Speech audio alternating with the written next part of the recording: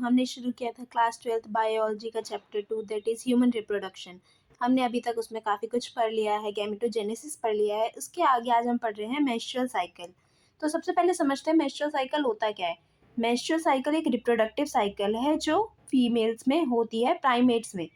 तो उसे हम मेंस्ट्रुअल साइकिल कहते हैं। और जब फर्स्ट टाइम मेंस्ट्रुएशन होता है प्यूबर्टी रीच करने के बाद, तो उसे मिनाज कहा जाता है। अब इसी की अगर बात की जाए मेंस्ट्रुअल साइकिल की, तो ये हर 28 से 29 डेज़ में होती है। अब तो जो करेक्ट डेफिनेशन है मेंस्ट्रुअल साइकिल की वो क्या है? The cycle of the event starting from one menstruation till the next one is called the menstrual cycle. यानी कि जिस दिन मेंस्ट्रुएशन हो रहा है उसके फर्स्ट डे से लेकर नेक्स्ट मेंस्ट्रुएशन तक जितने भी इवेंट्स होते हैं उन्हें मिलाकर मेंस्ट्रुअल साइकिल कहा जाता है। अब पूरी मेंस्ट्रुअल साइकिल की जो प्रोसेस है वो हम इस ग्राफ यानी इस डायग्राम की हेल्प से समझेंगे। तो सबसे पहले क्या होता है, फर्स्ट 3 से 5 डेज तक जो होता है वो मेंस्ट्रुअल फेज होता है, जिसमें कि मेंस्ट्रुअल फ्लो होता है और एंडोमेट्रियम जो होती है यूट्रस में वो डीजनरेट करती है। अब इस टाइम पे क्या होता है कि जो फॉलिकल्स हैं, अगर फर्टिलाइजेशन नहीं हुआ है तो जो कि हमारा सेकेंडरी फॉलिकल है यानी कि सेकेंडरी oocyte है वो बॉडी से रिलीज़ हो जाता है। और उसके साथ साथ क्या होता है कि जो हमारी जो एंडोमेट्रियम की वॉल है यूट्रस में वो भी डीजनरेट कर जाती है। ये जो फेज़ है ये 3 से लेकर 5 दिन तक का होता है। इसके बाद हमारा सेकंड फेज़ जो आता है वो है फॉलिकुलर फेज़।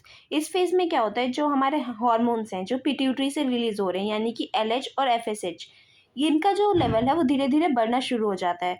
अब जब इनका लेवल बढ़ेगा तो उसकी वजह से क्या होगा कि जो हमारे ओवरीज हैं उन पे एक्ट होगा। तो इसके क्या होता है कि जो हमारा एफएसएच है यानी कि फॉलिकल स्टिमुलेटिंग हार्मोन, तो उसकी वजह से फॉलिकल स्टिमुलेट होते हैं और धीरे धीरे वो ग्राफिन फॉलिकल में कन्वर्ट हो जाते हैं। और इसके साथ साथ एक और चीज़ हो रही होती है हमारे यूट्रस में। जैसे जैसे वहाँ पर फॉलिकल्स डेवलप हो रहे होते हैं, ग्राफिन फॉलिकल का फॉर्मेशन होता है, वैसे ही जो यूट्रस की जो वॉल्स हैं उसमें एंडोमेट्रियम की लाइनिंग रीजनरेट करना शुरू हो जाती है फिर से।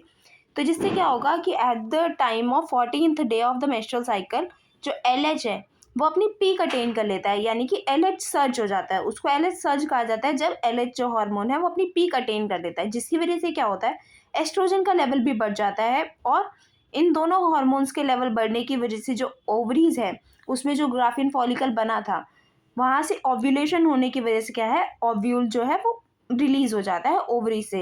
इसी प्रोसेस को ओव्यूलेशन कहा जाता है, यानी कि release of ovum from the ovaries is known as ovulation. तो एलएच जब 14th डे पे एलएच का जब सर्ज होता है यानी कि वो अपनी पीक अटेन करता है, तो इसकी वजह से क्या होता है एस्ट्रोजन का लेवल बढ़ जाता है। अब ये जो एस्ट्रोजन का लेवल बढ़ता है उससे क्या होगा, ओव्यूलेशन होता है यानी कि रिलीज हो जाएगा ओवम का ओवरीज से। अब इसके बाद क्या होगा, अगर फर्टिलाइजेशन होती है तो 14 डे पे ही होगी। उसके बाद जब ओव्यूलेशन हो रहा है, उसके बाद जब ओवम रिलीज होकर हमारे यूट्रस की तरफ आ रहा है, फेलोपियन ट्यूब में ही फर्टिलाइजेशन होगी।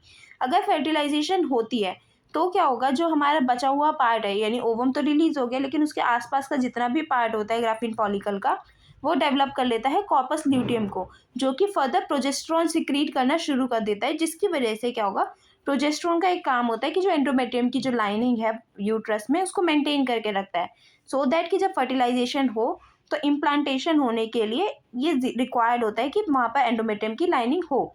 तो इसलिए क्या होगा कि जो कॉर्पस ल्यूटियम है वो प्रोजेस्टेरोन सिक्रीट करना शुरू कर देता है। लेकिन अगर फर्टिलाइजेशन नहीं होता तो यही जो ओवम है ये बॉडी से रिलीज आउट हो जाता है। उसके साथ साथ क्या होगा, अब ये जो कॉर्पस ल्यूटियम बना है ये अभी तो प्रोजेस्टेरोन सिक्रीट कर रहा है लेकिन धीरे धीरे इसका लेवल डाउन होना शुरू हो जाता है, क्योंकि फर्टिलाइजेशन होता है तो 14 डे पे होगा।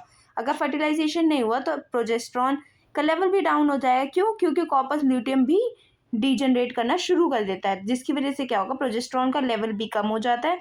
और एट द एंड क्या होता है, जब ये ल्यूटियल फेज खत्म होगा जिसमें कि जो प्रोजेस्टेरोन का लेवल था वो बढ़ा था, कॉर्पस ल्यूटियम का फॉर्मेशन हुआ था, अब ये जो ल्यूटियल फेज खत्म होगा तो अगेन क्या होगा, नेक्स्ट साइकिल बिगन होने वाली होगी।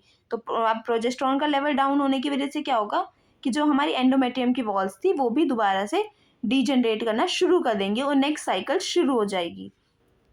तो आई होप आप लोगों को ये सब समझ आया हो। अगर समझ आया हो तो do let me know in the comment section and do like share and subscribe to the channel.